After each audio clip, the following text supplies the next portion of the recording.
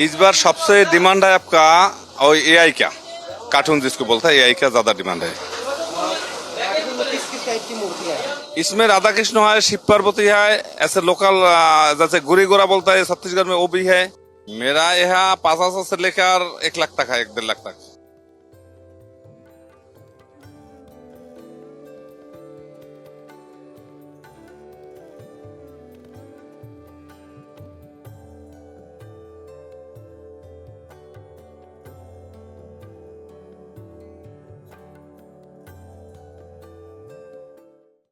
के कॉन्सेप्ट सब कस्टमर लेके आते हैं कि जगन्नाथ ग्रुप में बना दो या कार्टून्स के लेके बना दो या इस टाइप के बना दो, उसका फोटोग्राफ्स लेके आते हैं। मेरे मूर्ति इस बार उड़ीसा, मध्य प्रदेश, छत्तीसगढ़ के विभिन्न जगहों में जा रही है। देखिए हमारे यहाँ मूर्तियों का मिनिमम 15,000 चालू हो जाता है, वो भी 4.5-4 फीट का।